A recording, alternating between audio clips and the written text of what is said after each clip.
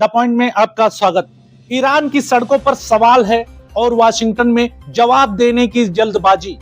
मुद्दा प्रदर्शन नहीं है दोस्तों, मुद्दा है दखल का। जहां लोग अपनी परेशानी बता रहे हैं, वहां ताकतें अपनी ताकत दिखा रही हैं। ईरान के अंदर आवाजें हैं, बाहर से चेतावनियां। महंगाई से निकले लोग, राजनीति में फंसा मामला। दोस्तों, ये सिर्फ ईरान की कहानी नहीं है दोस्तों, यह दखल की राजनीति की कहानी है।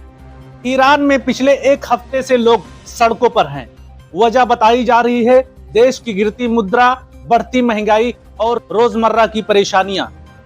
ईरान के विदेश मंत्री अब्बास अरागची कहते हैं ये प्रदर्शन ज्यादातर शांतिपूर्ण है दोस्तों।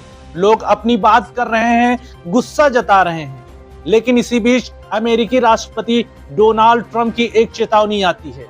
ट्रंप कहते हैं अगर ईरान की सरकार प्रदर्शनकारियों पर ज्यादा बल प्रयोग करेगी तो अमेरिका हस्तक्षेप करेगा। यहीं से बात बिगड़ती है दोस्तों। ईरान के विदेश मंत्री ट्रंप की बात को खतरनाक बताते हैं। वे कहते हैं ईरान के अंदरूनी मामलों में किसी भी विदेशी दखल को स्वीकार नहीं किया जाएगा। एक दिलचस्प उदाहरण भी दिया जाता है दोस्तों। अरागची याद दिलाते हैं अमेरिका में जब सरकारी संपत्ति पर हमले हुए तो वही नेशनल गार्ड तैनात कर दी गई। सवाल ये नहीं है कि प्रदर्शन कहां हो रहे हैं, सवाल यह है कि दूसरे देशों को यह तय करने का हक कौन देता है कि किसी देश को अपने नागरिकों से कैसे निपटना चाहिए।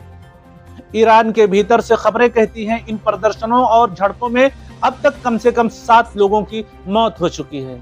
यानी हालात गंभीर हैं, लेकिन उससे भी ज्यादा गंभीर है बयानों की ये जंग दोस्तों।